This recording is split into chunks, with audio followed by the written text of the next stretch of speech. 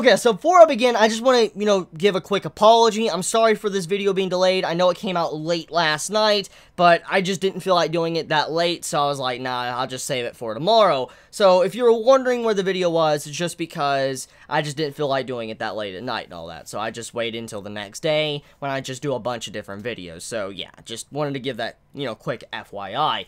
So anyways, this episode didn't have Favreau, but it did have Jeanne.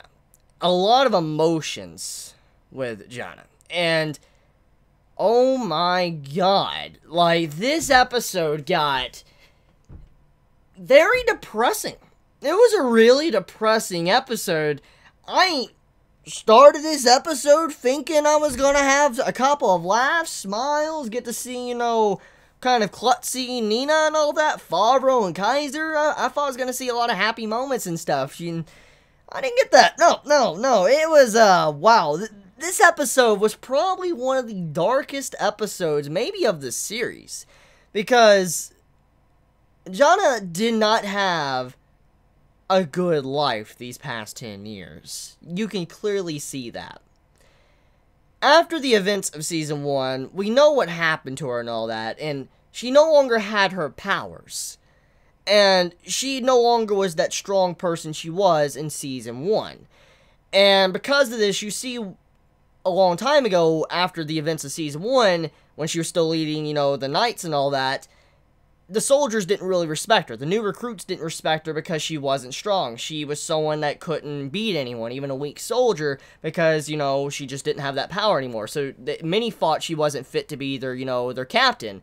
And the ones that were around for a while still respected her and tried to defend her and help her. And you can see that she just no longer had that authority like she once had. She kind of lost that. But she didn't, curse at the gods. She didn't yell at them. She just dealt with it. She continued to move forward. But then something happened. Something happened to the point to where she didn't like how the king was handling the gods and the angels. For instance, attacking their shrines and harming them. Jeanne didn't like that. She didn't want to deal with that. And obviously the king, knowing who he is, he didn't like Jeanne being someone that was against him. So he casted her out as like, you're banished. And so she was, I guess, dishonored. She was thrown out to the dogs. She was not given anything. She was poor, she was homeless, and she had nothing to her name. Which is very sad because someone as powerful as Jeanne that we saw throughout Season 1 became like she was in, these past 10 years. And eventually she decided to move on. We could see that even though she lost everything, she moved outside of the castle and all that, and she started her own farm. She had her own house, her own farm, and we could see she lived for a while by herself. And it was rough, obviously. We could see she didn't have a lot of food to eat or whatever, but she made do. She never seemed to really curse the gods, blame anyone. She just continued to push forward with her life, which is very admirable because for her to be able to go that far just shows that how good of a person she is. But over time, eventually, when she was praying, she had a child. And we could see that this child was clearly not a normal child. It was a child that was half angel, or half god. And it's like Jeanne's prayers were finally answered, basically. She was finally given a purpose to do something with her life after being disgraced.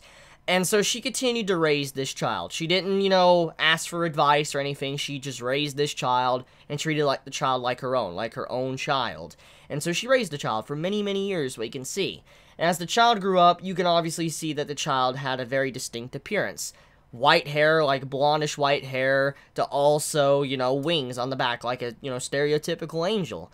And over time, something happened to where that peace got disrupted.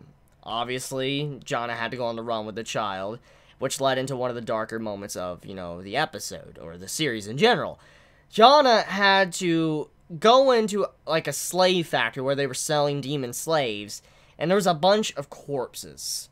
She went into the corpses, started cutting them up, and then poured the blood on top of her child.